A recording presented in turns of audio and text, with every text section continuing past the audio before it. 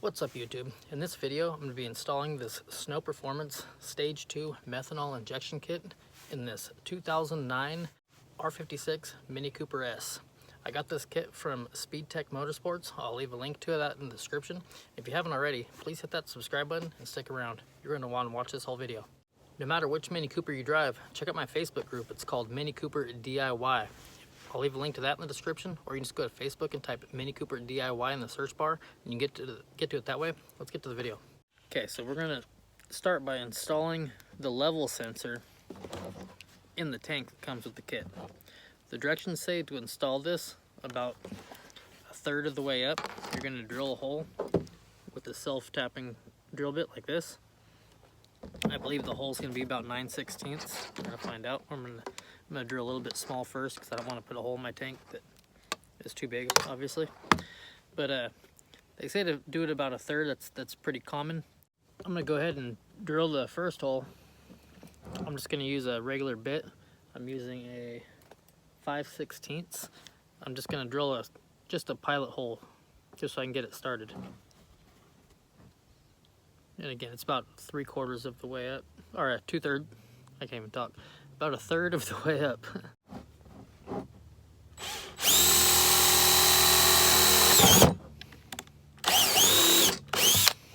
Okay, now that I have the first hole drilled, I'm going to drill another one with the 1/2" drill bit. Okay, now that I have it to a 1/2" hole, I can start to use my stepped drill bit, and I'm going to go to the 9/16, which is the second mark on my bit.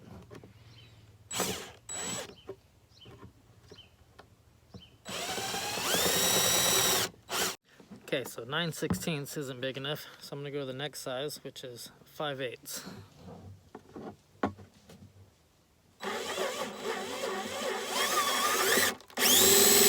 I'm going to check and see that this part, that when you put it on, it goes on this way. Put it on for you guys.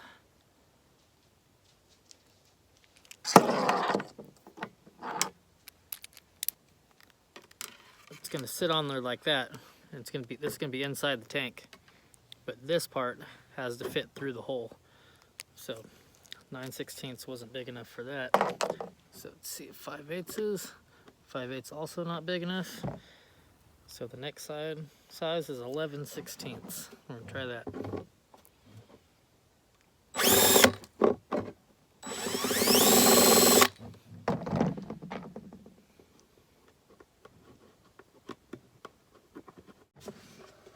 Okay, so I'm able to get that in there at 11/16.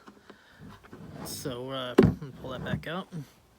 So now what you have to do is you have to put your float level inside the tank and then get these wires to come through this hole and pull it through. Okay, putting these in is actually pretty easy. Just point the wire so it's down like that, and you have the hole facing down. You can see when you look in where the hole is, and just slide it down until it pops out like that. Then just grab it, pull it through. Once you have that through, take this clear plastic piece, put it over the lines or over the wires, slide it down.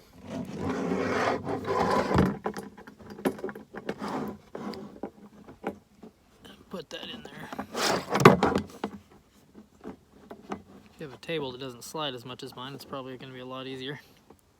Okay, so what I went ahead and did is I put the clear thing in first, like you saw, and then with these through, I pushed the level sender down into the hole further, put this all the way in, and then pulled it back through. You might have to ream your hole out a little bit more just to get it to fit, but you want it as tight as possible because you don't want it to leak. Okay, and when you're rotating to figure out which way to put your switch, right here there's a little tiny arrow, and you want that to be pointing down. If you have it pointing any other direction, the switch isn't going to function properly, so make sure that's pointing straight down. Okay, so now I'm going to put this washer on and the plastic nut. It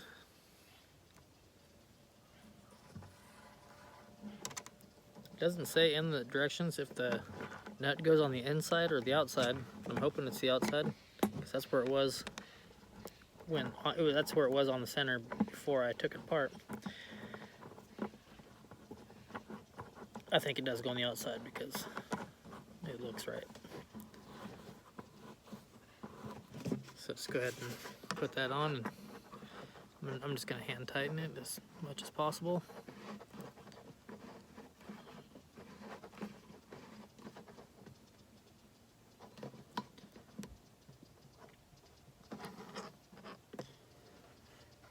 Make sure the center doesn't twist like mine just did.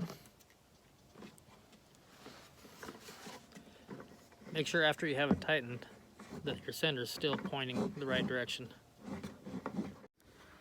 Okay, so the directions say that where the bottom is, where the coolant or where the methanol is going to come out of the tank, you don't want that hose to be any longer than 2 feet.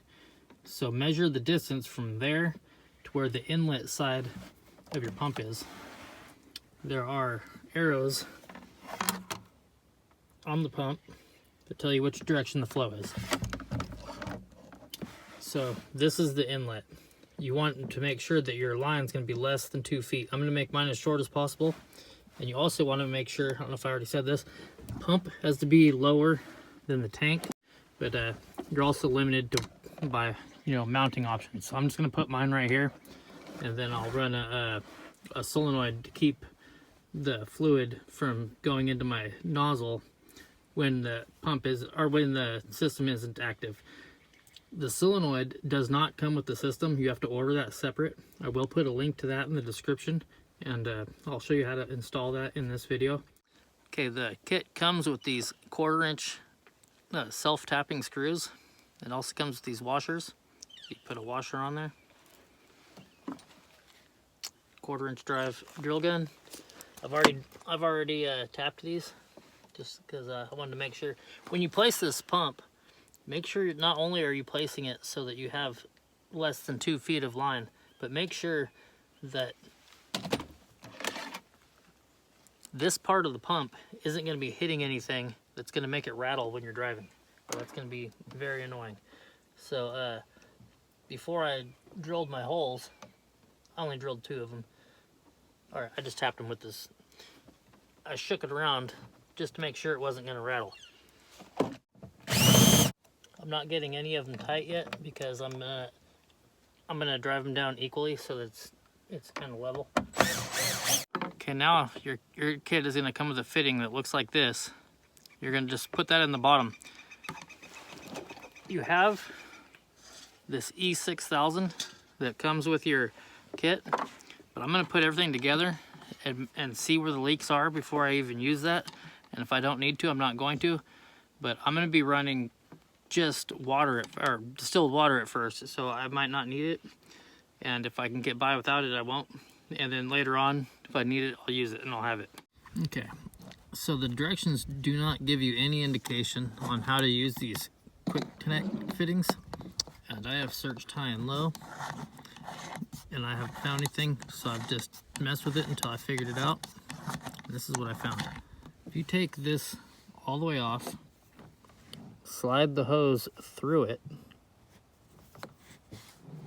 plug that in as far as it'll go, and then tighten that down. That's going to give you a seal. I'm going to go ahead and get it a little bit snug with this wrench. I'm using a 12mm. It's probably not a 12mm because it's a little bit loose. It's probably an SAE size. Okay, I didn't tighten this all the way down just because I'm not sure if it's going to crush this or not. What I'm going to do is I'm going to go fill this with water. And I left this hose full. I'm just going to keep the hose above the lid. And I'm going to see if I have any leaks in my tank before I install it. Okay, so I've got this thing full. I don't have any leaks from there. No leaks coming from my floater valve. Now I'm just going to go ahead and wash my tank out, and then I'll go ahead and install it. Okay, next I'm going to go ahead and start mounting my tank. Make sure you wash this out really good because you drilled those holes and you want to get all the plastic out. You don't want the plastic getting into your line, clogging your pump. But I'm just going to get one of these self-tapping screws in.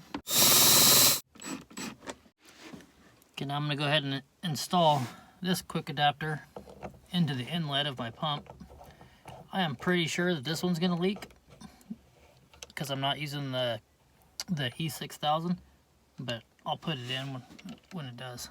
I just want to get the system set up before I use all my sealant.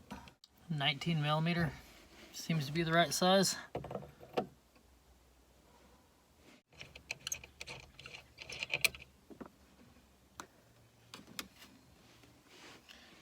Now remember, you're going to put your solenoid between the tank and the pump.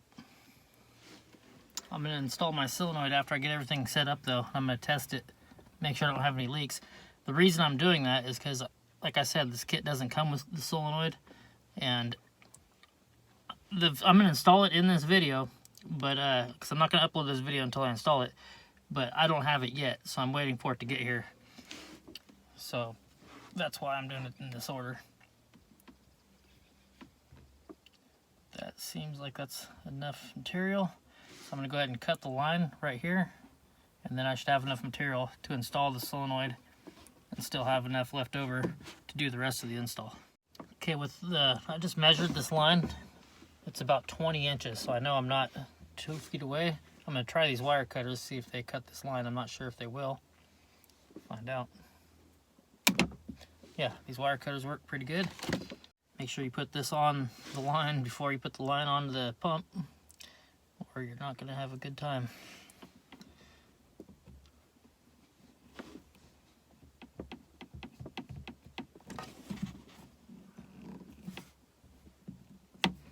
Make sure you get that on there as far as you can. That holds really good even without this, so I think even if you don't get this part tight enough, I don't think it's going to leak. I think this is just to keep it from popping off under pressure. Okay, so next we want to run the line from the outside of the boost cooler to where your injection site. Okay, so you can go ahead and remove this red plug. Take your fitting. I'm going to unscrew this part. Just set it aside. Screw this all the way in. Go ahead and snug it down with the 19 millimeter. Okay, now I'm going to start working on the front of the car. I'm not going to tap the hole for the jet yet until after I know that everything's spraying correctly, because I don't want to put a hole in my intake because I'll obviously get a code. So I'm going to make sure everything's working correctly before I tap that hole. That'll be one of the last steps. Okay, I'm going to go ahead and remove my intake.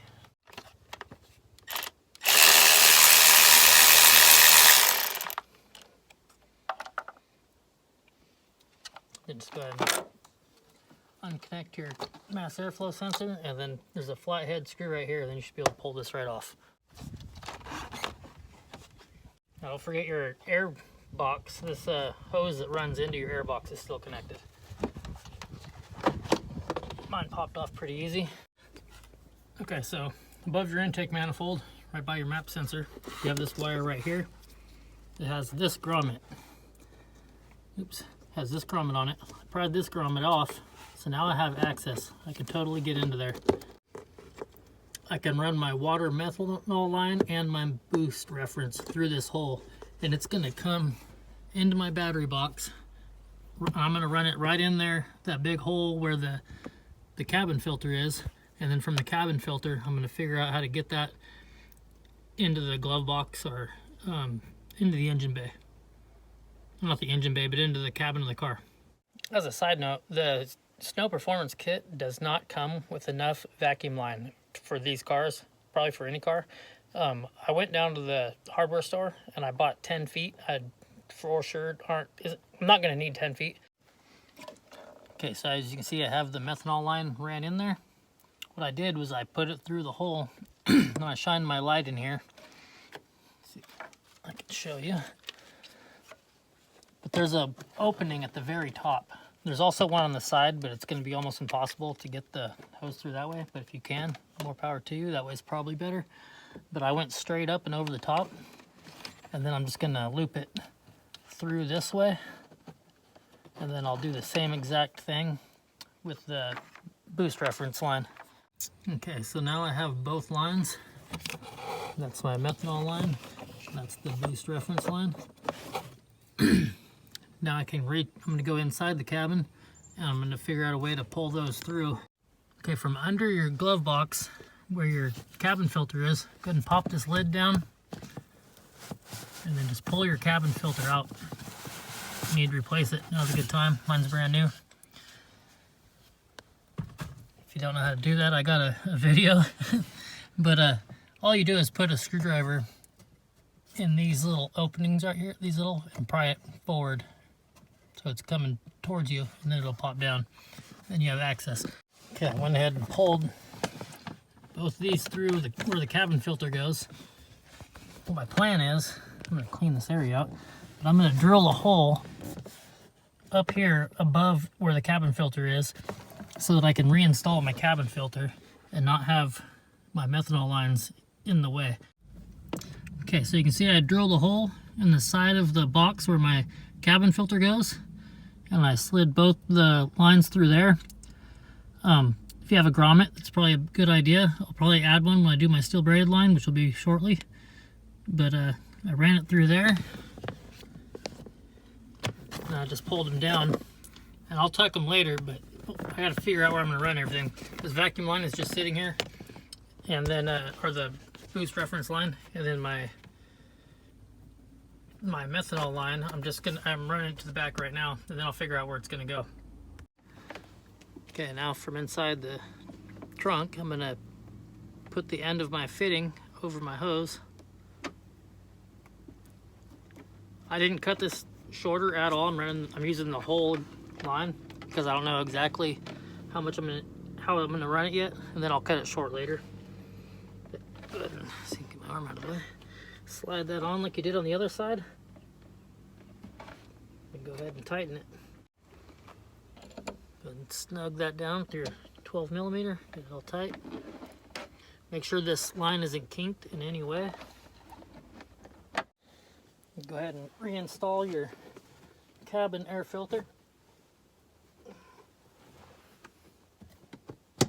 Okay, so now you got to figure out where you're going to mount this gauge at. And as you can see, I have this arm coming off of my tack that's a cell phone holder that I use to hold my scan gauge 2. Well, the scan gauge 2 is too small for this, so I used to have a spacer right here, but I'm just using that as this. Now I'm using my Snow Performance gauge as the spacer, and it's in here pretty solid. I have nothing holding these other than the cell phone holder itself. I'll put a link in the description where you can get this. I'll put a link in for the scan gauge too if you want to get one of those. This thing's awesome. It has 4 gauges on it, but that's not what this video is about. But I wrapped the wires around the arm. Then I went back behind here, and from under the dash there's 3 Torx bits. There's one right here, get it right here, just on the bottom of your dash, right underneath this is your steering column right here. There's not a lot of room to film down here, but I just ran the cords straight through this gap so they came out the bottom, and then I'll just screw that back on. On the other end of that cord, it's got these that plug into your controller. I took this kick panel off, and I'm going to try to find a way to get the cord through there to the other side of the car so I can install my controller. Okay, so right here, it actually doesn't look like the plug fits, but the carpet pushes down, and you can slide the plug right underneath this to the other side. So that's going to make this a clean install. Okay, then on the other side, the passenger side of the car, take these 2 Torx screws out, and this will come loose. Mine doesn't come all the way out, but it's enough to where you can, I'm using one hand here, so I'm holding my cell phone and trying to block the sun at the same time, but you can run the cord through here and up to the top of it like that, and put that back on, and that'll keep your cord hidden up here once you tighten these 2 screws back in. Okay, so now I'm gonna open this back up where my cabin filter is, and I'm gonna drill holes. And I'm gonna mount, let me get to where you see. Sorry about the sun, I can't even see right now. I'm gonna mount this on the bottom side of this. But the kit didn't come with any way to attach it, so I just went and grabbed some bolts that I have, and these ones I have are 1/4 inch and they fit. So I'm just gonna drill some holes. I'm gonna mount this to the underside of it. I'm gonna make sure I leave enough cord so that I can open and close this without anything pulling, and still keep it hidden out of the way. Okay, so as you can see, I got it mounted underneath the cabin air filter. So now you can take this plug, the yellow on it, that came off of your gauge, and that's gonna plug in right here. I'm not gonna plug it in all the way, I'm just gonna set it there just so I know that's where it goes. So next I'm gonna install this. This is for where you get your boost reference from. The other plug that comes off of your gauge plugs into the back of this, and then that plugs into that vacuum line that you run into the engine bay. Also, this again doesn't come with anywhere to mount that, so I'm just going to use a zip tie, and I'm going to zip tie this under my dash somewhere just so it's out of the way, and run the vacuum line to it.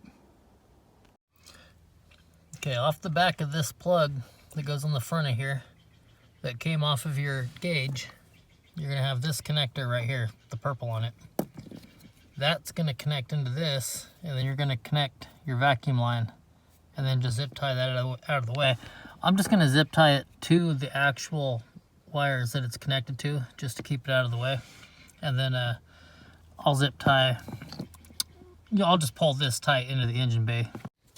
So I'm just going to go ahead and connect that. And then don't forget to push this in to lock it into place. That way it doesn't come undone. Okay, so the next step is to wire up this plug right here. It's 3 wires. It's actually pretty simple. This plugs into that same spot where you just, right next to where you just plugged in your gauge.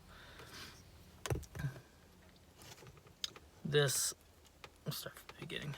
This red wire, you're gonna wire this straight to the red wire on your pump.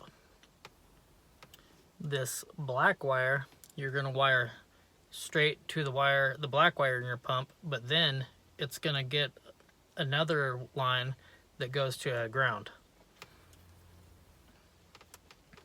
This white line, I'm gonna use this. This connects like that. Obviously you take this plastic off first, or it won't ground, or it won't do anything. Hook that up. Then you plug that in to a fuse that's 12 volt switched. The fuse I'm going to use is the one for the radio, which I think is also the same one for the cigarette lighter, and that's what everybody usually wires these up to, their cigarette lighter. It's the radio in this car, because you can't use your radio when the car's off.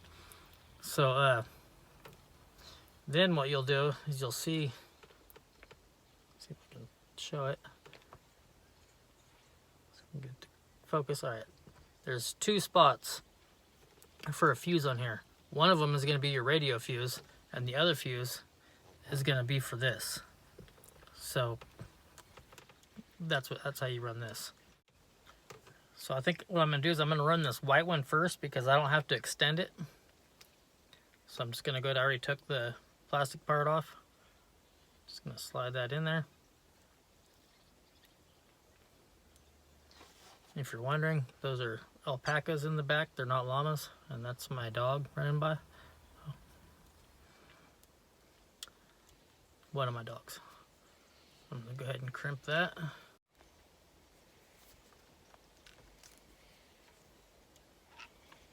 Make sure your connection's good. Okay, so after looking through the Bentley manual, I finally found the cigarette lighter one. It is this one. It does not do the radio. It's a F44. It's a 20 amp fuse. It's going to have this mark next to it. It's for the front cigarette lighter, or the rear I can't remember what it's called, but it looks like a cigarette lighter. But that's what the sign looks like. Yours might be different because there's more than one type of these panels. So, but yeah, look for that sign, and that's going to be your cigarette lighter fuse. And then what I did is I took this white line, this wire, and I ran it over top of the plastic above the fuse box and dropped it down inside. So once I connect this, wherever I connect it, I should theoretically be able to put my fuse panel back on. Actually, I'm not sure with how far out this is sticking. We'll find out. But I might be able to put my fuse panel back on. You don't have to use one of those fuse jacker things like I'm using, or whatever it's called. You can just hardwire right to the cigarette lighter. That's what a lot of people choose to do. I'm just doing it this way because it just seems easier. And yeah, that's just the only reason, really. And you know, if you ever want to sell your car, you don't want to be splicing into wires if you don't have to. Okay, so now I'm going to go ahead and plug this in. I'm not going to plug it in all the way. I'm just going to set it where it goes, and then I'll plug both of these in later once I got everything wired. I just want this, if I need to take it off, I want it to be real easy. All right, so off that plug, there's this red line, this red wire. This is going to run straight to your pump. And since I ran my methanol inside the car, I'm just going to follow the methanol line with this wire. If you ran your methanol outside the car, you could still do the same, or you can just run, you know, underneath this trim piece right here. Just take that off, which is what I will do eventually once I figure out, once I get to the steel braided lines. I'm going to actually run everything underneath here. But for now, I'm just going to I'm going to run it with this, and then I'll probably put a wire loom over it just to hide it. The directions say to use 16 gauge wire. I don't have 16 gauge wire, I have 12 gauge wire. It's always safe to go thicker on the wire. You never want to go thinner than what they say, but thicker, you're fine. It's just going to make the current run through it easier. And if you go too thin, it'll overheat, and that's not good. You'll catch your car on fire. But this 12 gauge wire is going to be just fine. Before I even connect this wire, I'm just going to run it from the front of the car to the back of the car and see, you know, how long it is. It's not going to be this long. I have plenty. But I'll get it everything ran how I want it before I cut it. So I only have to cut it one time. Okay, so now that I have that connected together, I'm going to go ahead and wrap that with some electrical tape, which I have sitting right there. And then I'll move to the back of the car. Okay, so now that we got that connected on the back, it just runs right to the pump. I'm going to go ahead and wrap that with electrical tape. Okay, so I'm going to take this, I'm going to run a wire loom around this, and then for a ground, I stuck this butt connector, and I made a ground. I think that was my seat belt when I had back seats. So you'll have to, if you have back seats, I suggest not pulling this out because you have to replace it every time if you do. And that's a battery terminal. You know, not a terminal, but the thing to hook battery cables up. And then I ran this wire underneath right here. Ran it right here, butted it in. And I'm going to run this wire back up here. I'm going to connect that right there. And I'm going to run this to the ground up front. But before I get carried away, I'm not going to actually connect this ground yet. I'm just going to run the wire because I still need a ground for my level sender. So I'll probably just use this ground, and because that's a good solid ground. So I'm going to go ahead and I'm going to connect this wire in the front of the car and just run it to the back. Okay, so this is the wire that comes off the back of the controller to the ground. And I'm going to run it straight to this wire that's run to the trunk of my car and is going to connect to that butt connector that I just showed you, but I'm not going to connect it yet until I run the LEDs for the level sensor. Okay, so I've figured out what I'm going to do with these two LEDs. One's to tell you when the sender's low, the other one's to tell you when you're spraying. You can do whatever you want, but what I'm going to do with that wire loom that I'm going to run all the tubing in. I'm also going to run some around the back of where my gauges are. I'll show you where my scan gauge 2 is and my snow performance gauge. And then where the wire comes out of the, let me show you real quick. Right here, where this wire comes out, I'm going to put a piece of this coming out of the back. Then I'm just going to put the LEDs in the end of the wire loom like that. And I'm going to run the wire loom down these wires to clean up that install. And I'm just going to put those right there for now, because I don't want to drill any holes in my dash. And I looked and I couldn't really find anything for a mount. So this is just going to be until I can find probably just a solid piece of plastic that I can put behind my gauges. I can drill 2 holes in and mount these LEDs. But until then, this is going to work just fine. And I think it'll look fine too. And before we get any further, this showed up. This is my solenoid. This is going to run between your methanol tank and your pump. Anywhere in between those 2 places is fine. And it comes with this bracket right here. I'm going to mount it. I just haven't done that yet. I'll probably just put some sort of rubber under here and then some self tappers to hold it down, just so it doesn't vibrate and it doesn't hit this. For now, I just have this little piece of, I don't know what it is, but I'm just going to put that behind there just to keep it from rattling while I test it out. But once I mount it, that won't be a problem. So I ran the 2 wires around the back behind my my methanol line, and they're just going to come out right here, the same place as the lines for my level sender, so that I could run all the lines together. So as you can see, both lines coming off the solenoid are both black. The way it's going to work, one of them is just going to be to ground. The other one is going to come to this power line, which I don't know why I shouldn't have connected it yet, but I'm going to connect it right here again. And then also the green LED will also connect to that power line. And that'll tell you, when that green LED illuminates, that'll tell you that this is open and your methanol spraying. Actually, it'll tell you that there's 12 volt power to your pump. It will not tell you whether or not it's working or not. So don't count on that as a fail safe. Okay, now I'm going to install both these LEDs. The green one is just to tell you when you're spraying, and the amber one is to tell you when you're low on methanol. I'm going to run them completely separate because they run to different places. I'm going to run the green one first, and then I'll run the amber one. Okay, so I went ahead and ran one wire through my dash the same way I ran these wires earlier in the video. And I'm actually going to have to do this twice, but I ran one through there for the power, and then I'll run another one through there for the ground. Okay, so I have the ground wire ran underneath the dash. I didn't want to show you the process of me putting it through there because you guys have already seen that. And I have it coming up through underneath here just like I did before. I'm going to run this up. I'm going to run it under here. You can ground it anywhere. If you know where there's somewhere to ground in here, go ahead. I'm just going to follow this back, and I'm going to ground it in the back where I'm grounding everything else, just because I have a good solid ground there that I made myself. So anyhow, I'm just going to go ahead and use it. So in the back of the trunk, I have it ran back here. So I'm going to run this ground. It'll be one of the grounds that runs into this.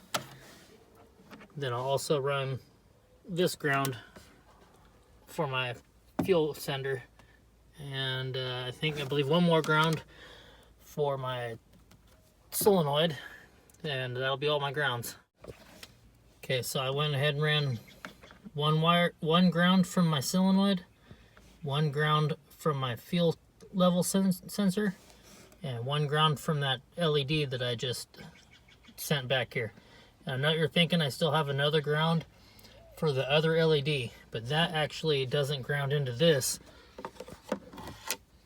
That runs into this side, and when that sender comes down, it completes the circuit for the ground, and that's what makes the light come on.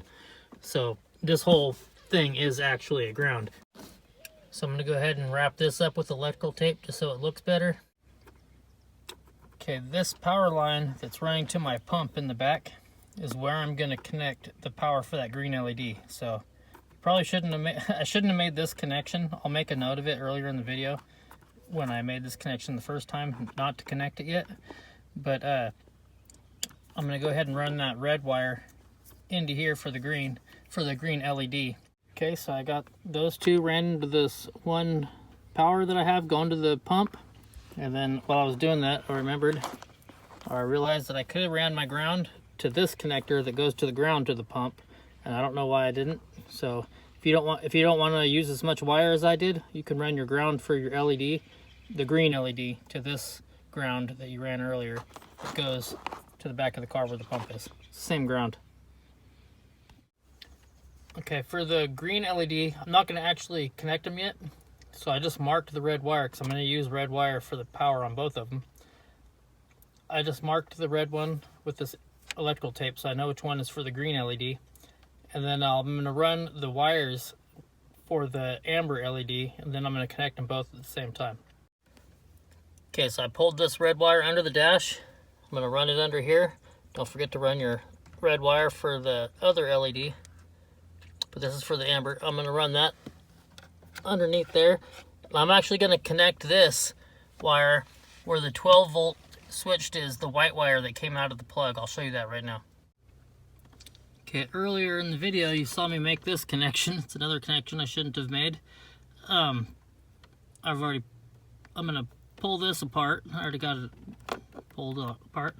But I'm gonna connect that red wire to this wire and then run it to my fuse jacker or whatever this thing's called, and plug this in where my heated seats were. That way that amber LED light will always have power when the car's on, because you don't want to turn your car on and not know that you're out of methanol until you get on the gas and go to spray it, and you're already tuned for methanol. And then you'll have this light come on, but it won't come on until your green light's on, because you don't have any power to it until that green light comes on, if you run it any other way, if you run it to your other power source. So you want this one to be on constantly when the car's on, and that's why the float switch just does the ground. So now I got those both ran together. I'm only running a 20 amp fuses. Only one of these fuses is going to be for this. The other one's for the seat heater, but I don't have seat heaters, so I'm not worried about it. Okay, so now I'm going to run the ground to the back pump, and I'm going to use this white wire. You don't have to use this thick wire. It's just all I have is this 10 gauge wire. The reason I'm using white is so I know not to tap into it for anything else, and it's coming off of a white wire, so I'm just going to stick with the color, and also I happen to have white wire. So I'm going to go ahead and run this back, and you know where the ground came off of the pump, where the float level is, the one wire that's sticking out that's free, that's going to connect to this. Okay, I'm going to go ahead and start the install in the back. I'm going to connect that white wire to here, which connects right here, and I'm going to just follow the methanol line all the way up to the front of my car, underneath my dash where all my other lines go, and then up there by my gauge. Okay, so I went ahead and made that connection. It's this white line, and then comes out right here. Then I went and taped it all to this one line, just so that when I'm pulling on this white line this white wire from the front, I don't want to be yanking on this. So I just wanted to connect it just so that it's more stable, so I don't put any stress on that fitting right there. Okay, so now I went ahead and I ran it to the front of the car, and I'm going to run it underneath my dash. Don't worry, I'm not going to have this rat's nets of wires when I'm done. It's going underneath my dash with all my other wires. I'm going to show you where it comes out the other side. Same place as all my other wires. Comes out the other side. It's that white wire. Runs under the dash. You can see where it runs up right here. It's not going to stay right there. I'm going to tuck all this stuff in. It just tuck it in right now, I guess. but all that stuff will be in there. You won't be able to see it. Runs up the back of my tachometer, and then I'll connect this end to that amber LED, and that'll tell me if I have, well, that'll complete the ground when I'm low on methanol, which hopefully won't be very often. Okay, now that all the wires are ran, all 4 wires are ran to the front where my gauge is, I'm gonna go ahead and run my LEDs. Okay, so I have the green LED wired to the red wire that runs all the way to the back, and then to the black wire that runs to the ground that runs all the way to the back. Okay, so I wired the amber light, it's on, and I'm thinking that's because I don't have any methanol in my tank. And I wired it to the white wire that goes back to the pump, or to the, not to the pump, but to the tank. And then the power that goes to the switched 12 volt over here in my panel, in my fuse box, I mean. While I set everything up, I'm just gonna leave that sitting right there, just like that, because I don't want to run all my wire looms and get everything all wired up nicely, then have to come back and rewire something. So this is how I'm gonna leave it for now. Okay, now from the back of the car, I gotta run my power from my solenoid, which will be, see if I can find it, should be this wire. I have this red wire connected to it just to extend it. It's not long enough. Doesn't need to be this long, but I gotta run that wire and the wire that goes to my pump, run those two together and connect those to the wire, the power wire that runs all the way to the front of my car. Okay, so I got that connected, and I wanted to point out something. I'm not using this 20 gauge or this 20 amp fuse that comes with the kit, and that's because this wire is connected to that 20 amp fuse that I plugged into the fuse box, so it's already fused. If you're not going to use one of those plugs like I'm using, then you definitely need to put this fuse in that line, but you need to have that 20 amp fuse in this line for sure. Okay, now back under the glove box, you can go ahead and plug these in all the way. Okay, now to run this methanol line, you're going to want to put your car on jack stands, because you're going to want to run it right. You're going to connect the jet right after the intercooler. That's the, I've done a lot of research. I've asked Abraham Vieira that owns BTEC Motorsports where the best place is, and that's what he said. And he's the one I bought this kit from. He's also the one I got my direct port kit from, because he makes it. And so I'm going to follow his advice, and it seems like the best advice. Okay, before we go ahead and install that jet, make sure all your fittings are tight. And like I said earlier in the video, I haven't put any of the E6000s on any of the fittings. I'm just going to use distilled water, but I'm going to fill this up just enough. Probably not, I'm not going to fill it up all the way. I'm just going to fill it up a little bit over the float so that it doesn't, hopefully it shuts my light off, so I know I'm not empty on fluid in here. But I'm going to go ahead and do that right now. Alright, hopefully I don't spill too much water. I don't have a funnel for this, but I put a rag down. I'm just using distilled water, so I'm not really too worried if I spill it.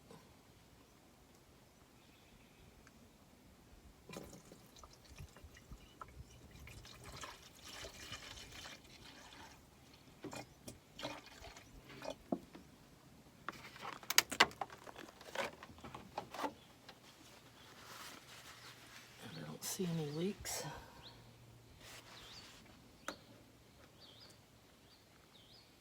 I'm just looking for obvious leaks. I mean, it might be leaking, but it's just not, I just don't want it to be pouring out while I'm testing it.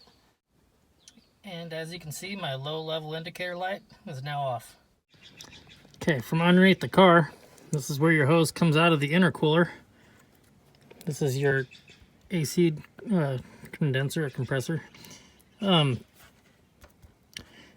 I'm gonna do is I'm gonna install right here is where I'm going to put the nozzle. This is called giving it the old college try. I'm not going to make you watch me take the whole bolt off. I'm just letting you show me, or not the bolt, the clamp. I'm just showing you how I'm getting to it. 7mm, 12-point close-in, box-in wrench is totally fitting on there. I'm having no trouble loosening it. from under the car. Just go ahead and loosen this one with the flathead screwdriver.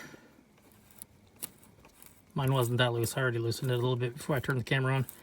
And once you have both of those loose, just pull this bottom hose off first. I'm gonna have to use both hands for this. Okay, from the top, I didn't get the bottom one loose yet, but from the top, I'm gonna go ahead and put this screwdriver between the hose and the plastic piece so I can spray some WD-40 in there just to make sure it comes off easy. You don't have to spray the WD-40 all the way around. You just have to get a space where it's open and then spray it in there. It'll work its way around. All right, I got it. It's coming off right now. There we go. Okay, so I was able to get it out from the bottom. So I'm gonna go ahead and get this hole drilled and make sure I put it, well, not there. Get this hole drilled and make sure it's in the right spot. Okay, so what I did is I placed a piece of tape on here. I don't know if you can see it, electrical tape. That's where I'm gonna drill the hole. I'm not gonna drill through the tape, but that's where I'm gonna drill the hole to put this. And this is where that jet, this jet, is gonna screw in. You wanna be as close to the intercooler as possible so that your spray has more time to evaporate into the air. So the first hole I'm gonna drill is gonna be the pilot hole, and I am actually just gonna go through the electrical tape just so I don't mess up and go into the wrong spot. But make sure you don't drill into the other side of your elbow. Just to be a little bit on the safer side, I'm gonna take this 2-inch PVC pipe that I had laying around, and I'm just gonna slide that in here so that if I do drill through too far, I'll hit the PVC pipe and not the other side of the hose. I'll feel a lot better about it.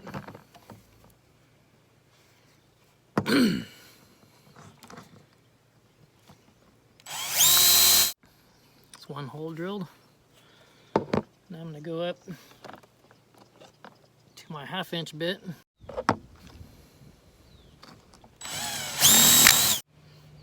Okay, got the 1/2-inch hole drilled. Now I'm gonna go ahead and drill the rest of the way with this.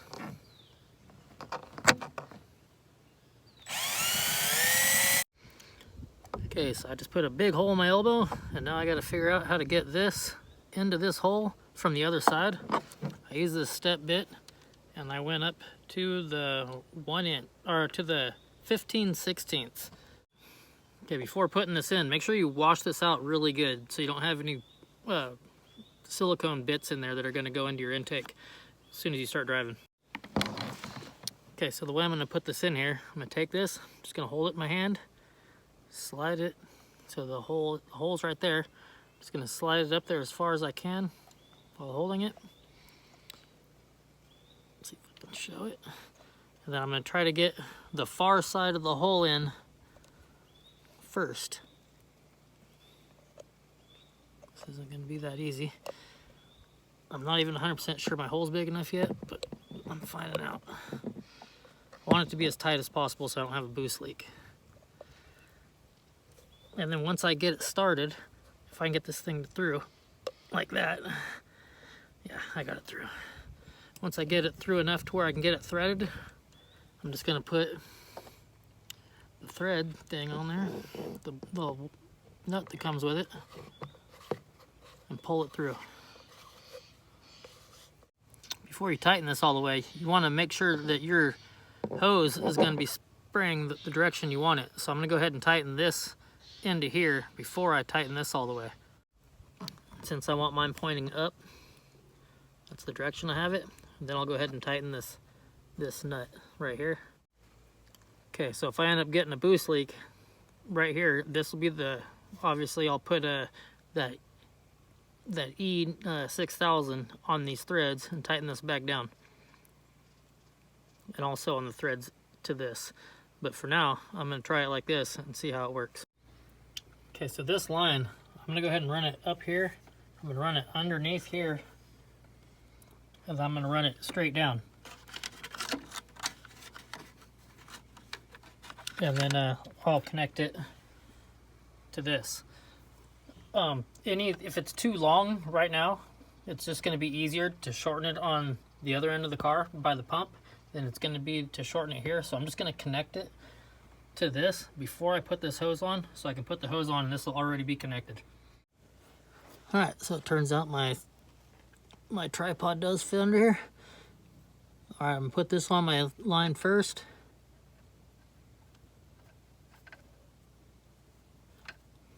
Because remember, it's gonna be real hard to adjust this after I put this on.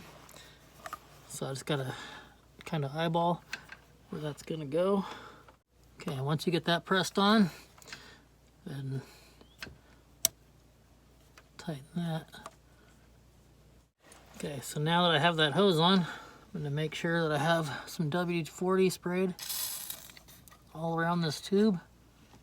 So that goes on easy. And all around that tube up there, so that goes on easy.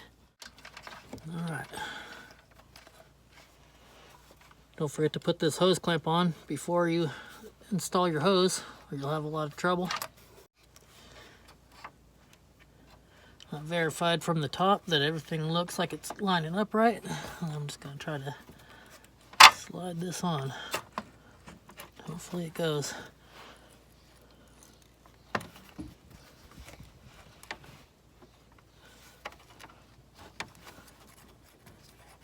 The top hose is already on. I don't know if it's on all the way around.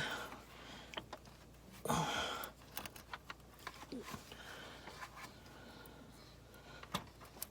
the bottom hose is on all the way around. So let me go verify if the top hose is on. Alright, so that hose went on way easier than it came off. So it can definitely be done from the bottom. So now I'm just going to go ahead and tighten these hose clamps back up.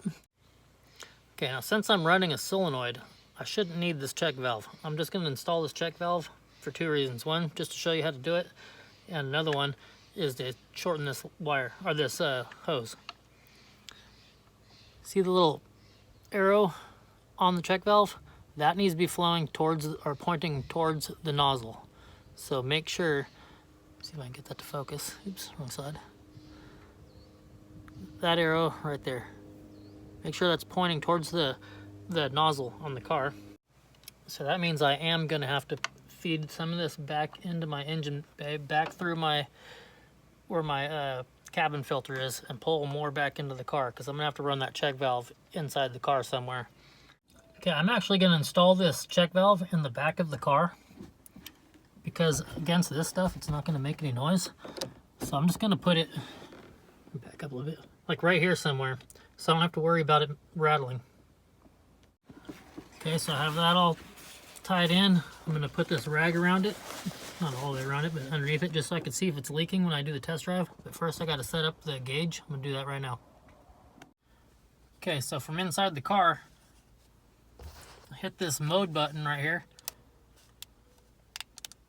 and it'll say PSI, and you hit it again, it'll go to 7. That's what I have mine. That's the stock setting. That's where it's going to spray.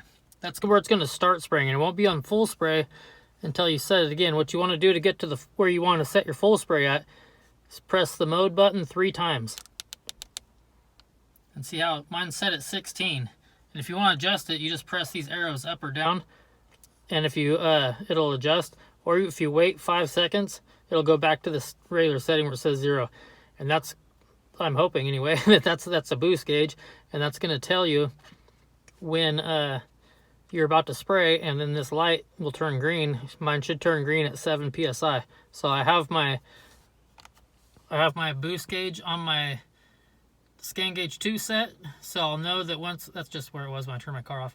But when I'll see if those run the same, and I'll see if that says, you know, roughly 7 pounds when that light turns green, and that's how we'll know.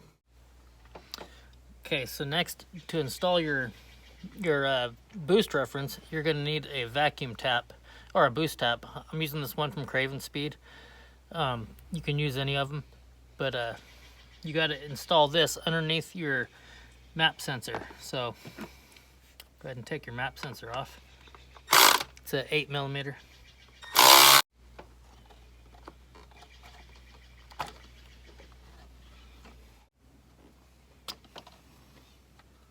You don't have to disconnect it from your from the wiring or from the plug. I'm doing it just so I can show you. You're gonna connect your map sensor to the top of your boost tap. Just gonna click on like that, and then your boost tap is gonna go in the same spot, but you're gonna use this longer screw to put it in. So you're just gonna replace it. Your boost tap will come with this O-ring that goes right here.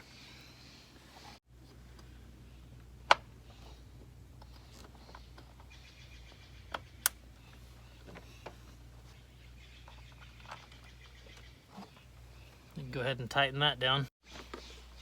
Now you're gonna take your vacuum line that's ran through your firewall and connect it to that nipple that's on your boost tap. Depending on which boost tap you have, it's going to connect a little bit differently. So make sure you leave yourself enough vacuum hose when you cut it so that you don't make it too short.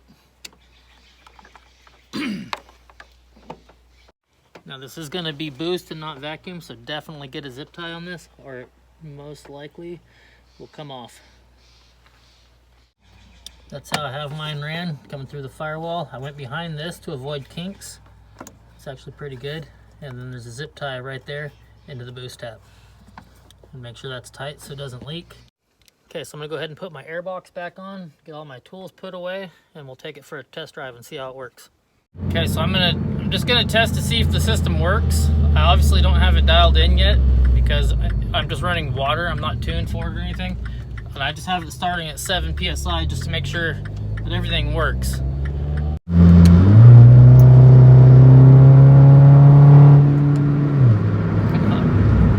Yeah, it absolutely works. The green light comes on.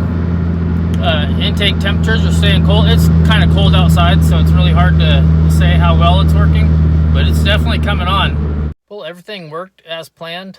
I still got to go through and check for leaks. I'm sure I have. I can actually see one back here where my check valve is, so I'll go ahead and seal that with that E6000. I'll probably have to seal a few more, but you know, everything worked. The light came on when it hit 7 PSI. The boost gauge reads boost. Everything works. So if you like this video, give it a thumbs up. If you didn't like this video, give it a thumbs down. I'll catch you in the next video.